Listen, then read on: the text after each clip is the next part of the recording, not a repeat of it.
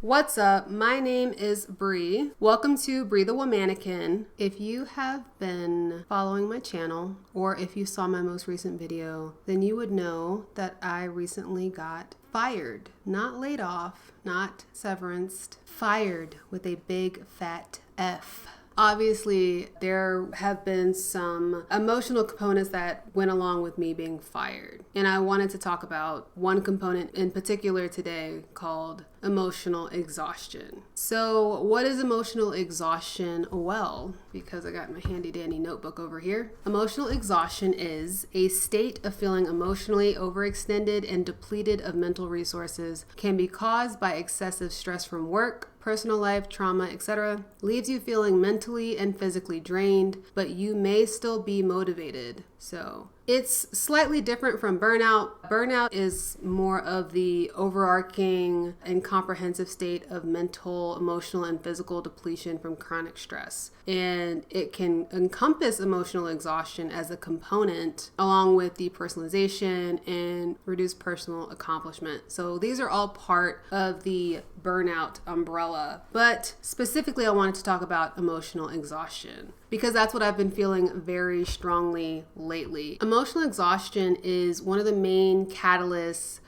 first causes of burnout if it's not addressed. And burnout takes emotional exhaustion further by impacting productivity, self-efficacy, and resilience. And emotional exhaustion is often the first warning sign that burnout may develop if excessive stress continues. So I won't go into too much detail because I went into more detail in my firing story, which I'm going to put up here somewhere. But I was recently fired, and it was a shocking experience because I didn't know that my company and my manager were so okay with firing me after significantly changing my job duties and then not training me. My initial reaction to being fired, I think I was in shock at first, as a person would be, right? I really had like this rush of adrenaline. I was applying for not financial aid like I'm in college, unemployment. I immediately applied for food stamps and I called my car note and said, hey, I'm unemployed. I'm not going to be able to pay my note. I need a hardship request. I've done that before many years ago. I did all of that from day 0 of me being fired probably to like day 5. I was really on it about getting my shit together because I had to prepare for a cold winter. I immediately started budgeting and I looked at how much money I had. Luckily for me, I know every company does not do this. My company paid out my vacation and I never took vacation. So I got a pretty big check because of that. I'm not even gonna lie. I had a pretty decent cushion just off of my vacation money. But I knew from experience, the last time I was unemployed was probably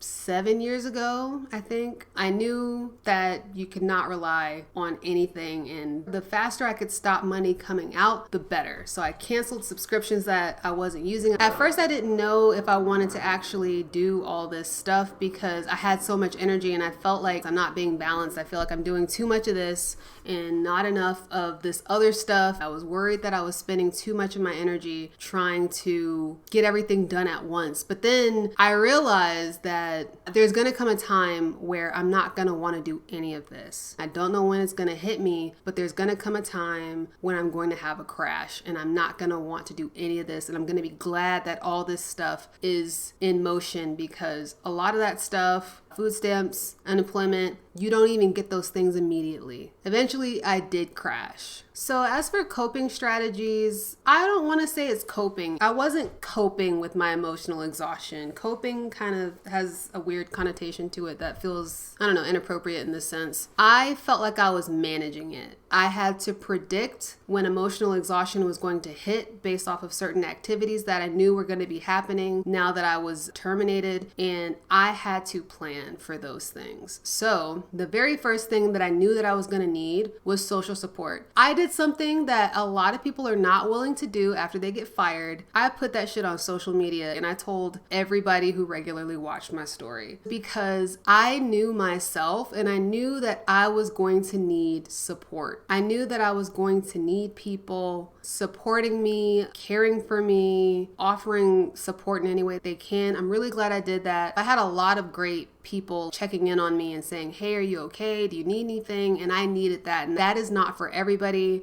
Let me go ahead and disclaimer that now.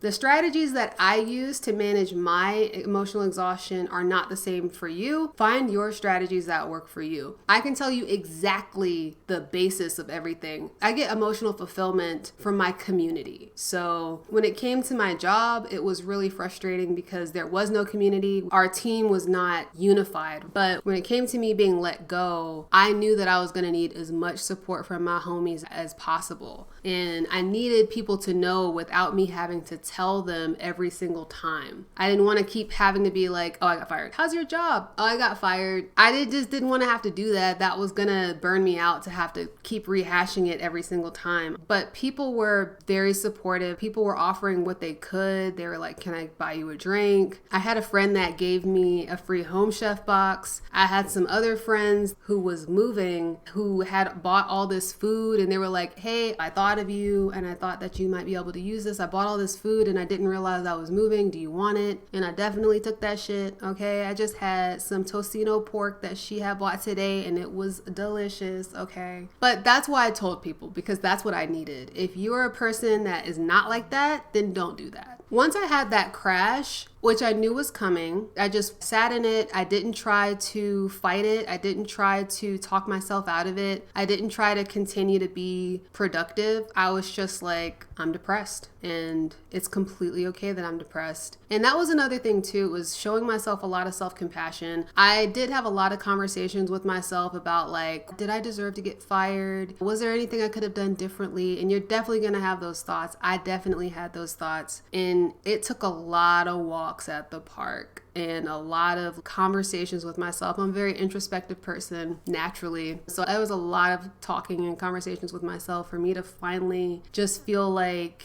I wasn't a piece of shit for being fired. And the thing was, I knew I was going to feel like that. So it wasn't that I didn't expect that I would feel like shit for being fired. Anybody's going to feel like shit for being fired. If it helps you, watch other people's firing stories. That definitely helps. Getting solidarity from people feels great. Hearing what they went through, what bullshit bosses that they had to deal with, whether it was their fault or their job's fault, go on Reddit, read those people's firing stories. It's okay. Just spend a day feeling sorry for yourself and cry it out if you have to. Be objective about your situation and why you think you got to where you are. Something that really helped me stay on track during this point was making hella lists, okay? Like, I have a little notebook here. This is a notebook, my YouTube ideas. I didn't know exactly what I wanted to do, but this notebook is full of all the shit that I had to do post firing, all the lists that I made. The beginning is back when I was still at work. It's so funny to see work notes now. But yeah, it's full of all that stuff, and making lists when you're in the mood to make lists. So whenever you feel the most productive in the day, do it then. Don't force yourself to do it in the morning if that's not who you are. There is a point in the morning where my mind is blank.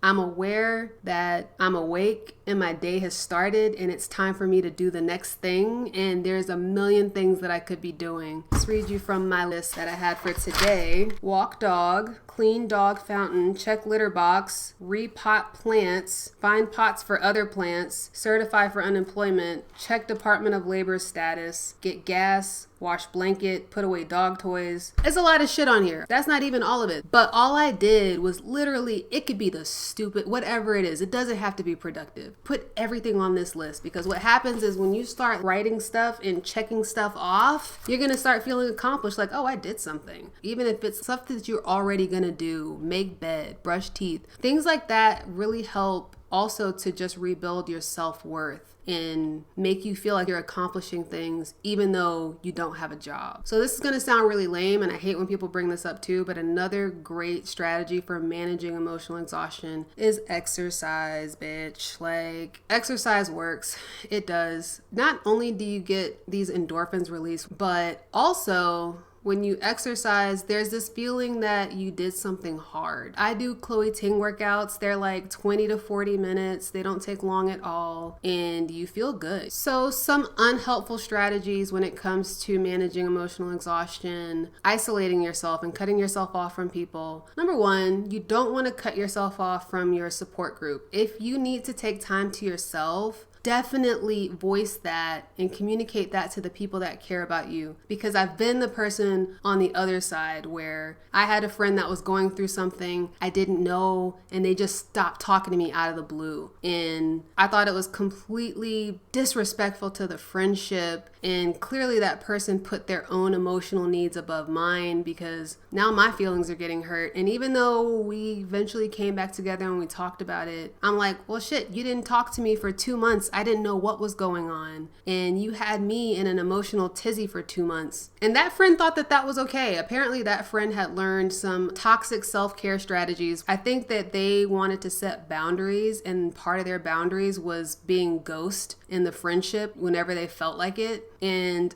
I had to break up with that friend. I'm sorry, we can't be friends if you're just gonna ghost me. That's not fair to me. And forcing productivity when you don't feel like it. Do things when you feel like it. That is the strongest thing that I can tell you. When you feel like you got the energy inside of you, do it when you have the energy. How emotional exhaustion has affected my relationships. It has strengthened some relationships because some people have been super supportive and super awesome, and I've really leaned on them, and they've been great. These are people who have been like, hey Brianna, do you want to go out? I got your drinks, or oh, we should go to lunch and I got you, that's great. I love that. I love people being supportive and making me feel like they really want me to be there and that they really want to spend time with me despite what I'm going through. I had a family member who I was paying a bill for, but obviously I could no longer do that after I lost my job. And they called me to berate me for thinking that I was going out to clubs and such and putting myself in danger, which I wasn't doing. But then also they were asking me for money, and I said, I can't, I'm unemployed. And they said, you can't give me a little something? Remember when I did that favor for you? And I just had to stop taking that person's calls. And I know it hurt them, and I saw them recently for a holiday, and I love them and I care about them, but I am not in a mental headspace to take calls like that right now. So I definitely think reinforcing boundaries with the more challenging friendships is super important. If you have a friend where you bonded through spending money together and that friend doesn't get it, I have a friend where I wouldn't say we bonded through spending money, but this friend is a student. They do not have a job. Their parents give them a credit card. They do not know what I'm going through as far as unemployment and being afraid that I won't be able to pay my rent next month. So whenever we go out, they're trying to convince me to buy things, and I'm like, I don't think this person gets it. So maybe limiting stuff like that. So I would have to tell this person the next time they ask me if I want to go out to a store with them, I'm just trying to window shop, but they're like counting me to buy things. And I think if that person doesn't get it, then maybe those activities can't happen, or maybe those activities can only happen when I do have the ability to purchase something, or when I'm purchasing something that I know that I need. As for lifestyle changes and priorities, I had to learn to balance activity with rest. I had to have a structure. Honestly, structure and routine are really important things, especially when you're going through any type of depression or any type of thing like this. But when specifically with emotional exhaustion, you get decision fatigue really easily. Like something as simple as having to call customer service for something is so distressing when you are emotionally exhausted. I'm like, oh my God, I cannot stand the idea of having to call someone and then I have to wait on hold, and then I have to talk to a robot, and then I have to talk to the robot and tell them I want to talk to a person, and I'm going to be on hold again. Super stressful. So something that I've been doing is, first off, balancing tasks, but also mitigating the stressful events as much as possible. If you got to talk to customer service, can you text? Texting is so much easier than talking on the phone. Do they have a chat thing or an online, type of situation where you can talk to a person? I hate talking to robots because robots never know what I need. As a person who worked in a call center, it's just a way for them to funnel you away from the people. But I also hate talking on the phone. So perfect way is to do chat or to do email. See if you can email them if it's something that's not urgent and you don't need right now. In terms of structuring my activities, I have to alternate mental tasks with physical tasks. I don't know if it's because I have ADHD, but this is just how my brain works. I can sit and do a mental task for maybe 2 hours before I have to get up and do something physical for 30 to 45 minutes. Let's say this morning I got up, I knew that I wanted to work on my YouTube channel, and I knew that I wanted to make this video, and I knew I wanted to write some notes. So I got up and I sat down and I knew that I wanted to write notes. But before I could do that, I have to know, well, where am I going to start, right? So what I did was I started gathering my thoughts, getting some ideas of what I wanted to do, and then I start doing like stuff around the house. Let me make the bed. Let me put away the dishes from last night. Let me take my dog down, eat some breakfast. Okay, now I'm ready to come and sit here and do something that's mentally taxing for 2 hours. Okay, it's been 2 hours. Let me fold some clothes from the laundry. Let me go check my mail. Let me vacuum my floor, and then I'll come back. Maybe I can get another 2 hours, maybe even 3 hours. And then I get up and I'm like, okay, it's time to take my dog to the park, or let me go run an errand, do something outside. I've been inside all day.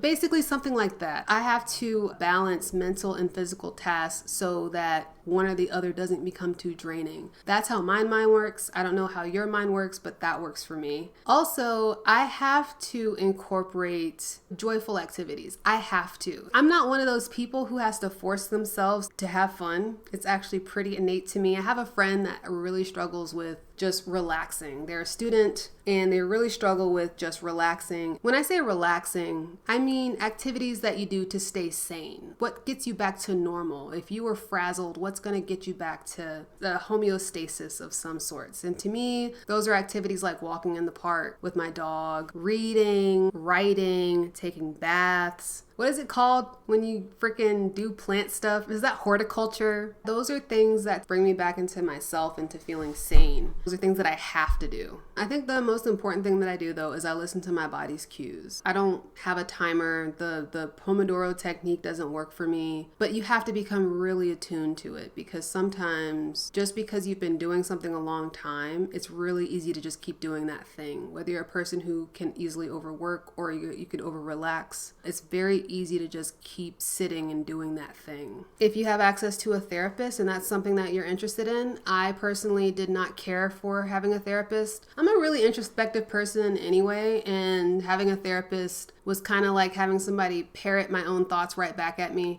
And frankly, when I got fired, they cut off my insurance the same day, so I couldn't have a therapist anyway. Nationwide sent me my insurance cancellation for my pets in the mail. Man, talk about a depressing thing to see. Like, damn, you canceled my dog and my cat's insurance, bitch. But advice for you, advice for other people. There is no better advice that I can tell you than listen to yourself. Listen to your body's cues and know what you need. Learn yourself. I can sit here all day and tell you all this stuff that worked for me. Maybe you don't need as much social support as I do. Maybe you don't need to tell the world that you got fired. Maybe it's enough for you to tell your best friend or your mom, even if you need to talk to a coworker. Maybe it's something you're not ready to talk about and you want to keep it to yourself, and that's completely fine. Definitely making plans for the future is important. Now, if you're not like me, where the day that I got fired, I was fired up. I felt so energized to make steps for the future. If that's not you, that's fine. If you're the opposite, where you feel depressed those first 2 weeks and then you start feeling more motivation, do it that way. That's completely fine. Definitely make sure you're straight though. At least know how much money you got in the bank and how much time you have to really sit on your emotions. And if you can lean on other people for help, definitely do it. Try not to be proud. Whenever my friends offer to buy me something, I try to accept it gracefully because I need the help. and I do need their support. And every time I have to buy something, I feel like shit. Really, every time I have to spend my money on anything, knowing that I'm not getting money back makes me feel like shit. Balance is so important. You don't want to get so caught up in the job hunt after you've gotten fired that you lose joy and lose yourself. This is the perfect time to get into your hobbies, because the reality is, how many hours a day can you really do the job hunt? Now, something that I did that was really useful for me was right after I got fired and I had all that energy, my cat's being annoying. I got free trials to Resume Builder so that I could make a resume. I got a free trial to Canva so that I could create a new banner for my LinkedIn profile. And I got a free LinkedIn Pro trial. That's how I found out that my boss was stalking me on LinkedIn. But I did all those things to kind of set up my LinkedIn profile so that it could like kind of run. Francis! So I could set up my LinkedIn profile and so it could run by itself without me having to be there. Because I figured if I could just set it up and if the right person contacts me, then I can take it. But I'm not in a mental place to actively go out there looking for work. But make time for yourself. Do the stuff you want to do. Try to put what you can on autopilot. I'm not saying auto pay, because I took everything off of auto pay because that was stressing me out. But I just put a lot of my mental things on autopilot and kind of did things based off of cues. When this happens, I do this. When that happens, I do this.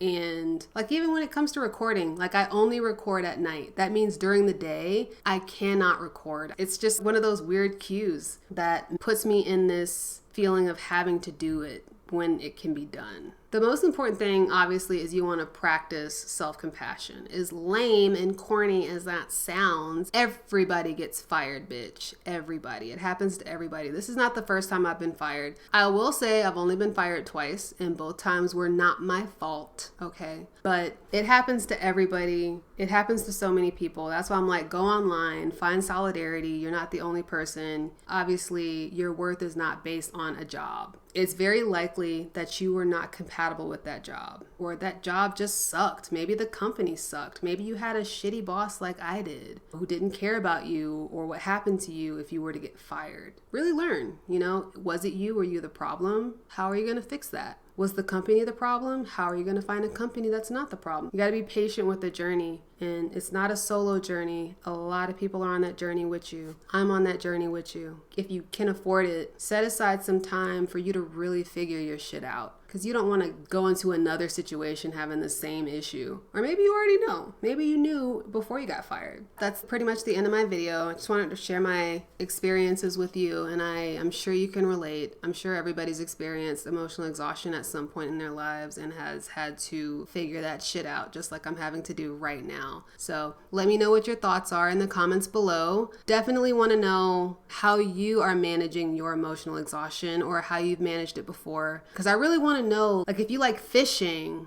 then why do you like it? Why does that help? Is it peaceful? Do you like it because it's passive? Like, what about it? I'm very interested. I'm really trying to figure out like what works and why it works. Because if I can figure out why it works, then I can kind of hone in what works, right? I can diversify what works if I know why it works. So I don't have to go and do the same things all the time. Anyways, let me know how you're feeling in the comments. Let me know what doesn't work for you as well. Like, what are some practices that you've tried or that people have told you worked that didn't work out for you? And why do you think that was? But anyways, that'll do it for me. I appreciate you all for watching. Definitely remember to like, subscribe, and ring the bell. And I will see you next time.